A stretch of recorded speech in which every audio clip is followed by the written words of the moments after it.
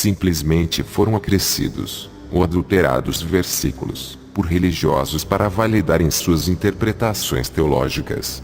Como já vimos durante todo este estudo, o propósito do cristianismo foi de criar uma nova religião totalmente separada dos judeus, e do seu Deus, que a propósito é o único Deus que existe. Vejamos alguns exemplos.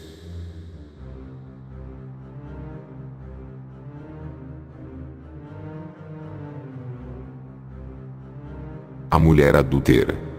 Do capítulo 7 a partir do versículo 53, até o capítulo 8, versículo 11 do Evangelho segundo João, vemos uma passagem aparentemente bonita e inspiradora, mas que não aparece em nenhum original deste Evangelho. Mas o maior problema é que ela é totalmente anti-Torá.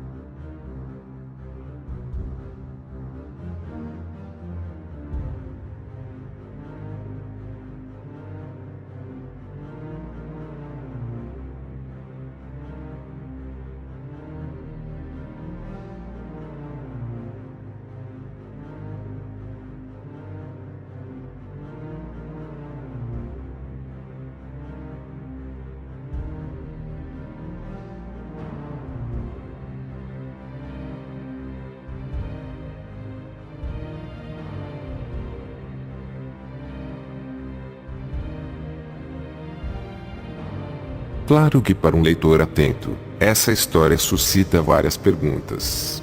Se essa mulher foi pega em flagrante de adultério, por exemplo, onde está o homem com quem ela foi pega em ato de adultério?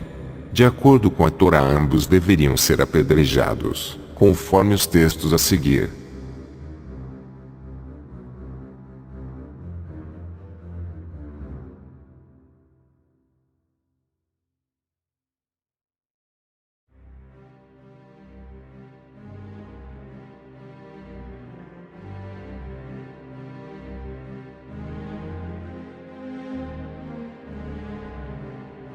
Mas na narrativa vemos apenas a mulher que adulterou sendo apresentada para ser apedrejada. O que contradiz a Torá, e mesmo o contexto da passagem, pois se os fariseus, tão observadores da lei como eram, e queriam aproveitar um fato ocorrido para testar o julgamento de Jesus, não cometeriam o erro de violar a própria Torá, dando um testemunho falso, pois sabiam que poderiam ser acusados por isto. Além de faltar o homem que adulterou com a mulher, o julgamento só podia ser feito pelos juízes, isto é, o Sanhedrin. Jesus não era membro do Sanhedrin. Então não teria motivo, judeus, levarem um ato que configura a transgressão da Torá, para ser julgado pelos juízes. A um civil, os fariseus não podiam apedrejar ninguém, sem a decisão prévia do Sanhedrin. Não havia areia dentro do templo. É só observar o Muro das Lamentações. O material pelo qual era o chão é aquele mesmo do muro, horas. E o principal, esta passagem quis colocar o JC acima da Torá e, obviamente, do Eterno. Outro caso seria o batismo em nome da Trindade em Mateus 28:19. A Bíblia de Jerusalém em sua nota marginal diz: é possível que, em sua forma precisa, essa fórmula reflita a influência do uso litúrgico posteriormente fixado na comunidade primitiva. Sabe-se que o livro de Atos fala em batizar, no nome de Jesus, conforme Atos 1:5, verso 38. Mais tarde deve ter se estabelecido a associação do batizado em nome da Trindade. A própria Igreja Católica assume o crime. Além disso, esse batismo, entre aspas, em nome de Jesus, tem mais passagens do NT, como em Atos 8, verso 12, 8, verso 16, 10, verso 48, 19, verso 5, Romanos 6, verso 3, Gálatas 3, verso 27, Também existem manuscritos do Novo Testamento rasurados. Uma página do Códice do Vaticano, do século IV, com uma nota marginal, entre as colunas 1 e 2, na qual um copista medieval critica acerbamente um predecessor por ter alterado o texto, insensato e desonesto. Deixe o texto antigo, não o altere. Nessa próxima imagem vemos que João capítulo 8, que é o episódio relatado anteriormente da suposta mulher adúltera, começa do versículo 12. Isto é, sem nenhum traço desta fábula.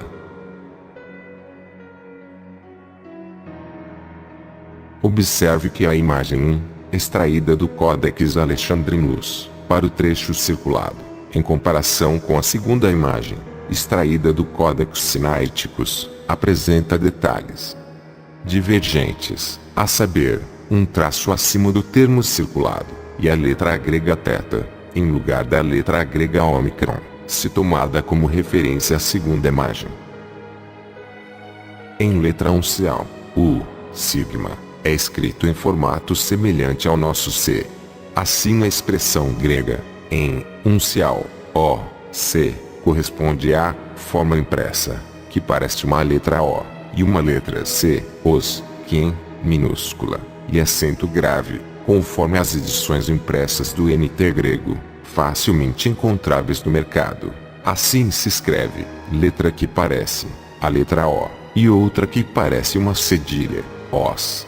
Trata-se de um pronome demonstrativo, podendo ser parafraseado como ele, pronome pessoal, ou aquele, pronome demonstrativo. Essa seria a versão do Codex Sinaiticus. Já o Codex Alexandrinus alude ao invés de aquele, a palavra Deus.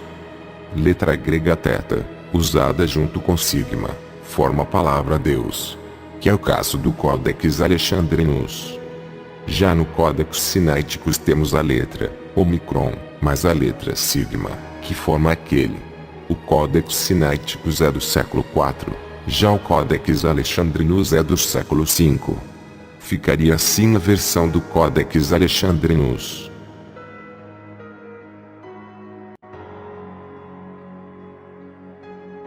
Assim a versão do Codex Sinaiticus.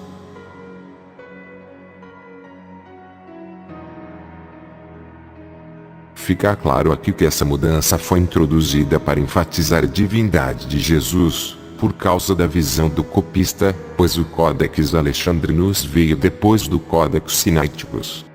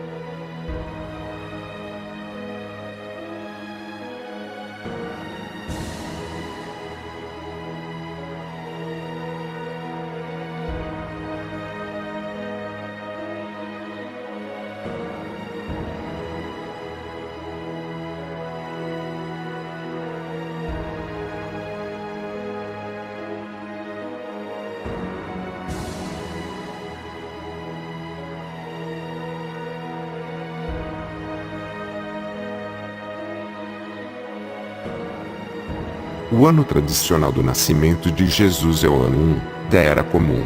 Era suposto que o Jesus bíblico não teria mais de 2 anos de idade quando Herodes ordenou a matança dos inocentes. No entanto, Herodes morreu antes de 12 de abril do ano 4 antes da Era Comum. Isto levou alguns cristãos a redatarem o nascimento de Jesus entre 6 a 4 antes da Era Comum.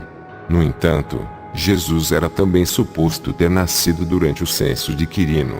Este censo teve lugar depois de Aquelau ter sido deposto em 6 da Era Comum, 10 anos depois da morte de Herodes. A Enciclopédia Judaica nos diz acerca disto. É possível que essa objeção a ser numerada tenha algo a ver com a insurreição liderada por Judas, o Galileu, contra o censo realizado por Quirino, Cirenos, nos anos 6 a 7, Lucas 2, verso 2, Atos 5, verso 37. Este censo, ou melhor, a tributação que foi o resultado dele, é mencionado por Joséfo em Antiguidades Judaicas 18, e Lucas conecta com ele a data do nascimento de Jesus.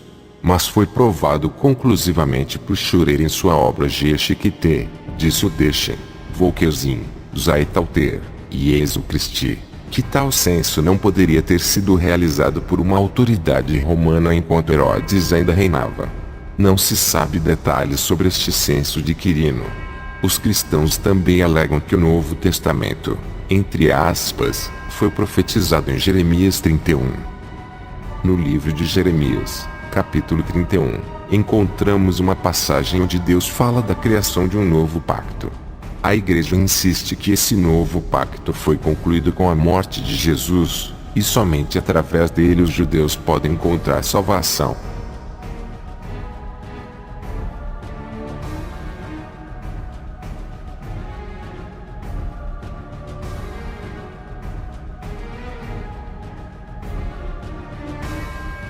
O autor do livro de Hebreus vai mais longe ainda, e contextualiza o que ficaria mais tarde como a divisão cristã entre Novo e Velho Testamento.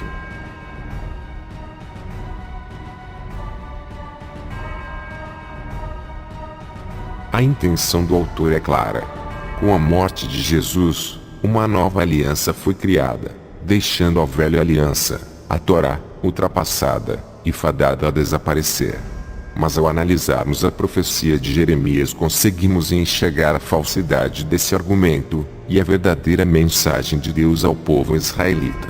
A profecia começa anunciando a criação dessa nova aliança. Aproximam-se os dias, diz o Eterno, quando estabelecerei um novo pacto com a casa de Israel, e com a casa de Judá. Deus anuncia claramente a criação de uma nova aliança, ou um novo pacto com o povo judeu. O fato de existir um novo pacto, não implica de forma alguma a anulação do pacto anterior, como já vimos no começo dessa série de vídeos. Na história de Noé, Deus fez um pacto com a humanidade por meio dele. A seguir, Deus fez um novo pacto com Abraão, depois com Isaac e novamente com Jacó. Quando o povo israelita se encontrou com Deus no Monte Sinai, Deus fez um novo pacto com eles, e depois com Davi e Salomão.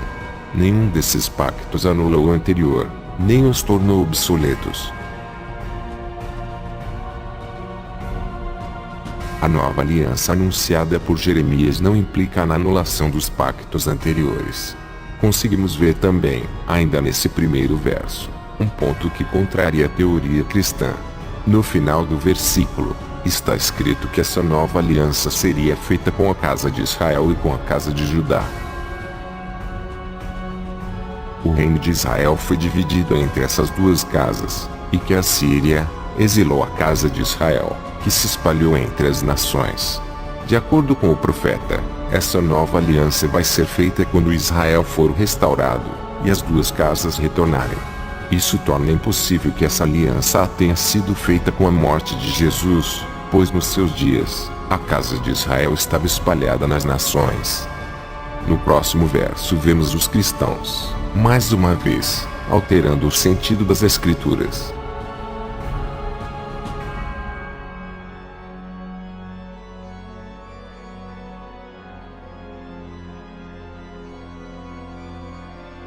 Aqui está uma passagem interessante que os cristãos tentaram apagar. Deus acusa o povo israelita de ter quebrado a aliança com ele, e os haver desposado. Ou seja, apesar de Israel estar casado com Deus, quebraram o pacto com ele. O pecado que causou isso, diz o Eterno por meio de Jeremias, foi a idolatria. Sabemos que a Torá compara o pecado da idolatria com o adultério. Pelo fato de Israel estar casado com Deus, e seguirem outros deuses, estão traindo sua relação, e quebrando portanto sua aliança com Deus. O autor do livro de Hebreus não quis que o verso indicasse que Israel quebrou a aliança, apesar de estarem casados com Deus. Ele sabia que isso indicava que a possibilidade de retorno ainda era possível, então ele altera o verso.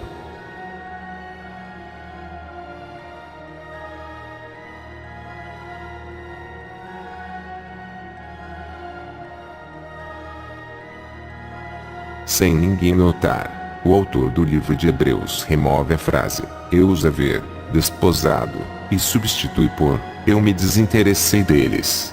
Vocês quebraram o meu pacto, eu perdi o interesse em vocês, e vou fazer um novo pacto então com outro povo. Essa é a mensagem que o livro de Hebreus quer transmitir. Dessa forma o Velho Testamento se torna obsoleto, e o interesse de Deus por seu povo desaparece, abrindo assim as portas para um novo testamento com um novo povo. Obviamente que essa proposta do Novo Testamento é derrubada por uma promessa feita por Deus.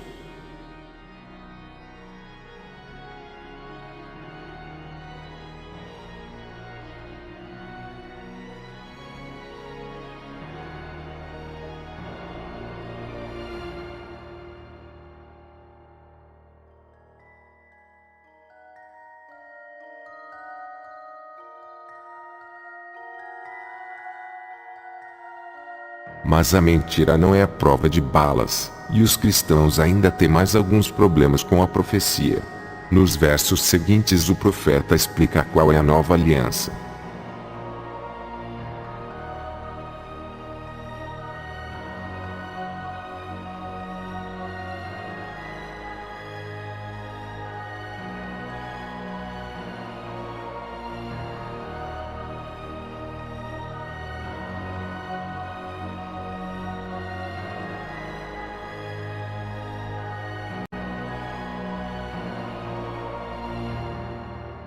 No dia que a nova aliança for estabelecida, com a restaurada casa de Israel, a lei de Deus vai ser inscrita nos corações de toda a casa de Israel.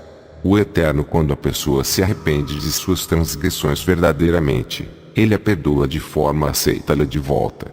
É isto que Ele quer dizer que não mais lembrará do pecado do povo. Como por exemplo,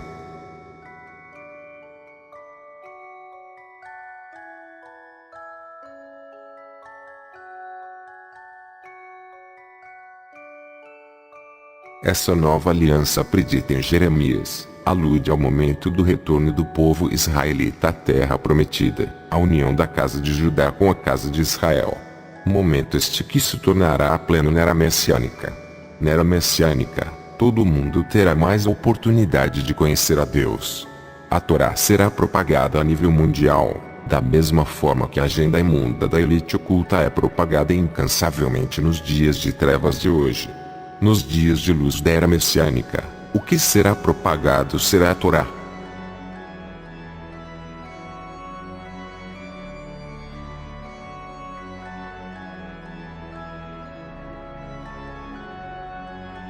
Isso apresenta um problema teológico enorme para os cristãos.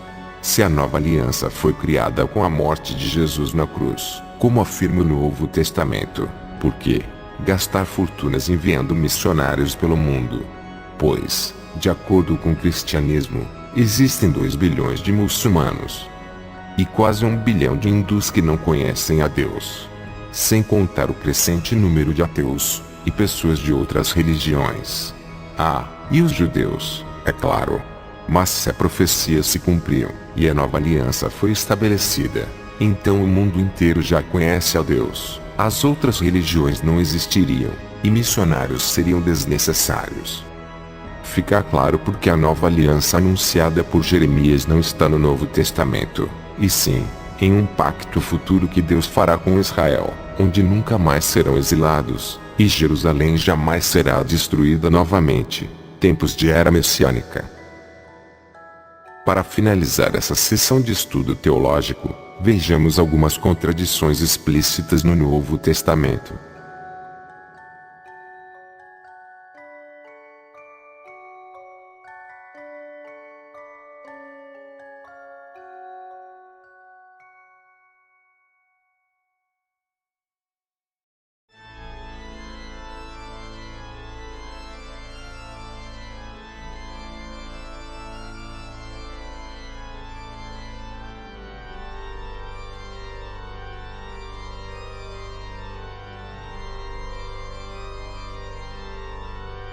Os personagens citados por Jesus encontram-se no livro Guerra dos Judeus, do historiador Flávio Joséfo. É um evento posterior 40 anos após a morte de Jesus, que, assim, não poderia ter falado sobre tal ocorrência.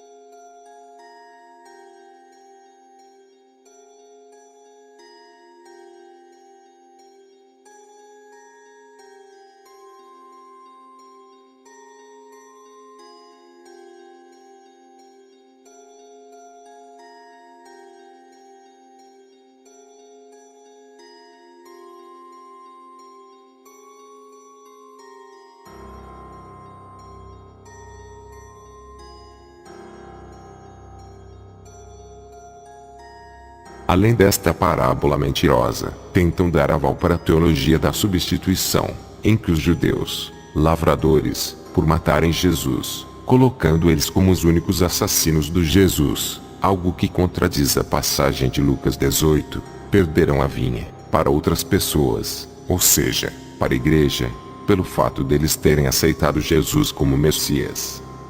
Diante de tantas contradições, imagine você tentando investigar um acontecimento interrogando as testemunhas. Suponha que cada uma conte uma versão diferente, uma contradizendo a outra. A que conclusão você chegaria? Com certeza a versão que corresponde à verdade é só uma. Ou pior, todos podem estar mentindo. Muitos tentam justificar tais contradições dizendo que os relatos se complementam, quer dizer, um dá detalhes do que o outro não deu. E assim juntando todos eles, passamos a ter um quadro mais nítido do que realmente aconteceu.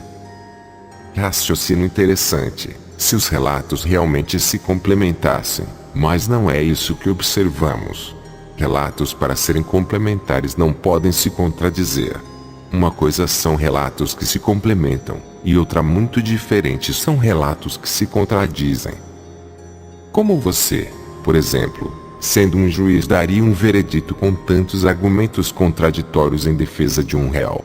Com certeza este réu seria acusado culpado. Deus abomina a mentira. O povo de Deus deve ser conhecido como um povo que vive na verdade, e pela verdade. Portanto, devemos fugir da mentira, e não compactuar com os mentirosos.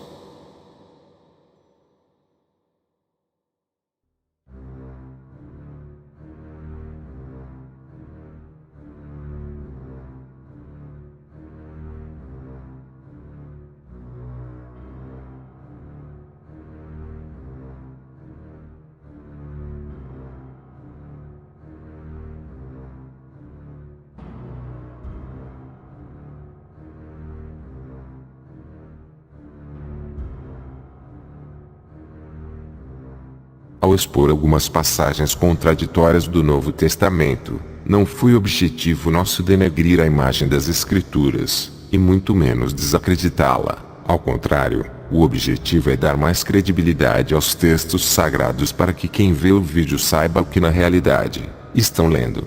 Devemos mais do que nunca voltarmos às veredas antigas, e buscarmos pelos antigos caminhos, restaurarmos nossas vidas, conforme a vontade do Eterno para nós.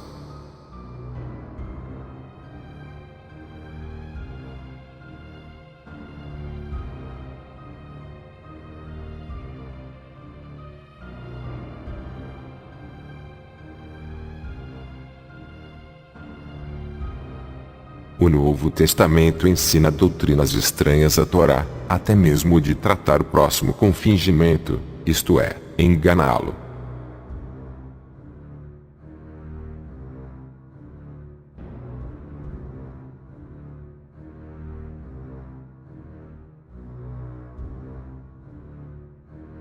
Enganar alguém é totalmente contra a vontade do Eterno. Ele não gosta nem que mentimos, e nem que enganamos o próximo.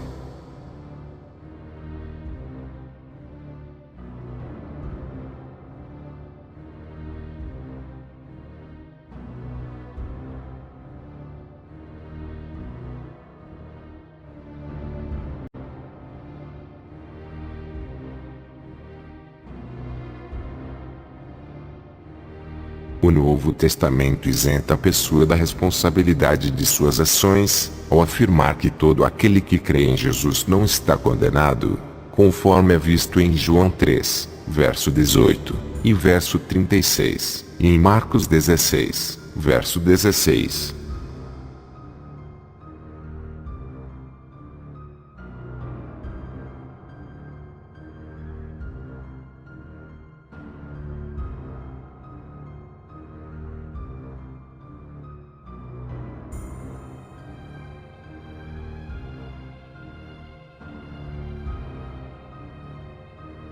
Lembremos o ladrão na cruz, que por acaso o catolicismo chama de bom ladrão.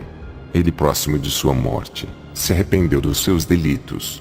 E assim supostamente estaria no paraíso, porque acreditou no Messias Deus de Roma. Enquanto os judeus que praticaram a vida inteira a Torá, foram pessoas justas, estão condenados segundo essa visão, porque não acreditaram que o JC era o Messias. Desde quando a salvação depende de uma criatura de Deus?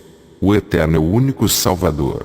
E na sua Santa Torá, ele não colocou o conceito de salvação crer numa criatura dele, porque a fé, ou melhor emuná, confiança, que a Torá ensina, deve ser centrada e focada somente no Eterno. Isso é a essência do monoteísmo.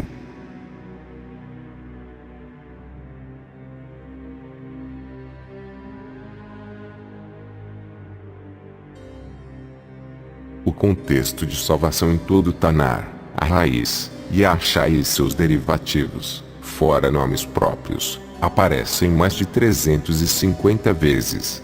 Em todas as instâncias, o contexto é livramento da mão de inimigos, de situações perigosas ou angustiantes.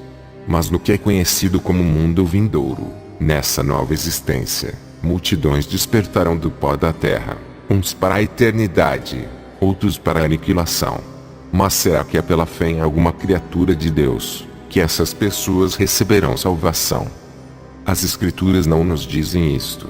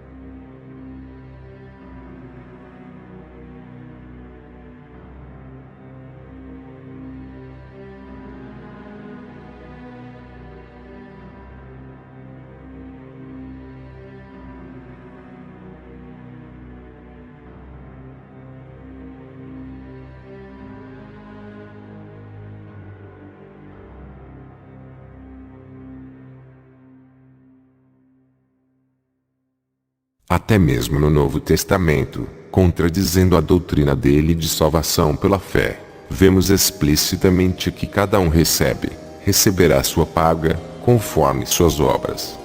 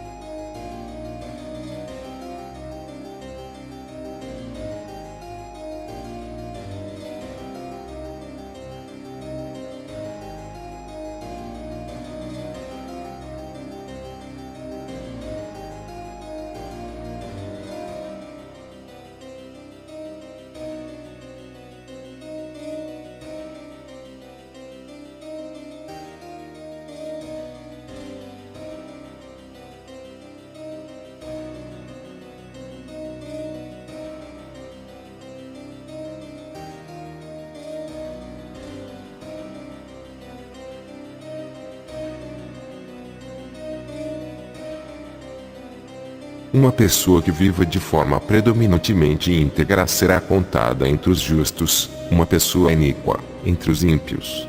E este julgamento quem faz, é o Eterno. O tal bom ladrão, na tradição católica é chamado de Dimas, e ainda virou até santo. Dimas é mencionado pelo grupo de rap paulista, Racionais MCs, como sendo o primeiro vida louca da história. Uma espécie de pessoa que se arrependeu aos 45 do segundo tempo, e foi perdoado. Seria este o exemplo para pessoas que se dizem cristãs, mas que estão na vida do crime, se espelharem, e viverem uma vida no cristianismo em paralelo no crime. Pois Dimas viveu essa vida, e nos últimos momentos de sua vida, teria se arrependido, e foi salvo. Será este o motivo dessas pessoas não largarem o crime com essa esperança? Isto é, apenas pela fé, a pessoa já está salva, independente de suas ações. Isto não encontra respaldo nem conformidade com a Torá.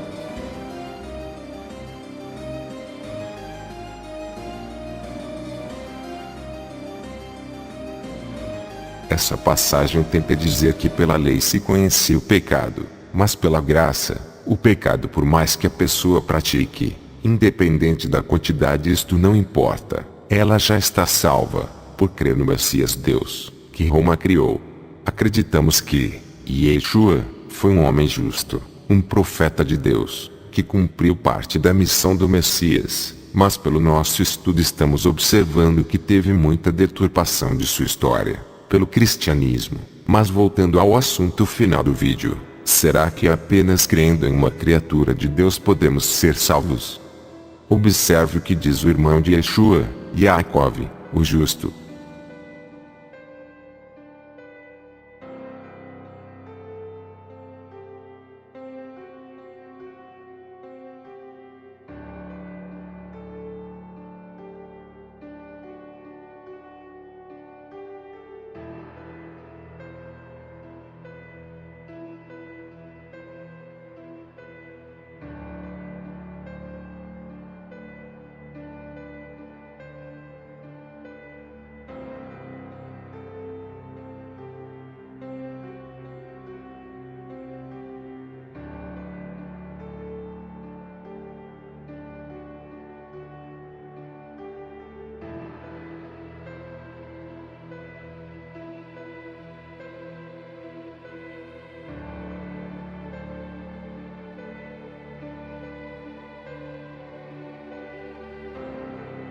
Isso sim, é conteúdo torático.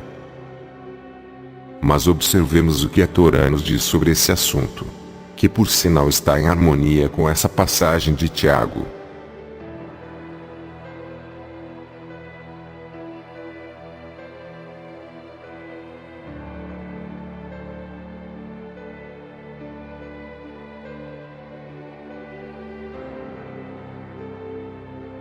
E se um sacrifício é mais importante que obediência a Deus, porque o profeta Samuel disse para o rei Saul: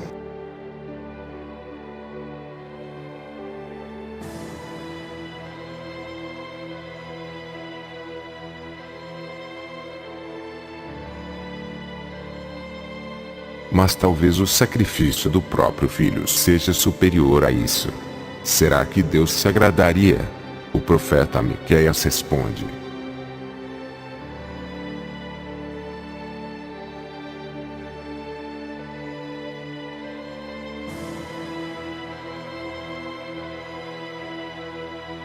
Deus responde aos homens que andar nos caminhos dele, e obedecê-lo é superior a qualquer forma de sacrifício. Mas não é só isso. Deus deixa claro na Torá que nossa justiça vem sim através do cumprimento dos mandamentos.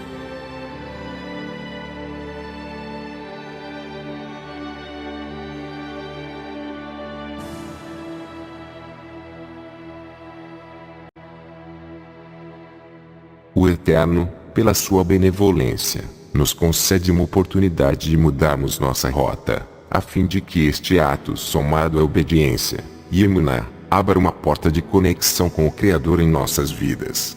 De fato, por trás de cada mitzvot, mandamentos, o Eterno expressa o seu amor por nós, nos ensinando a evitar coisas que trarão sofrimento para nós, e ao mesmo tempo nos instruindo a criar hábitos, e fazer coisas que aumentarão o nível de sua presença em nossas vidas.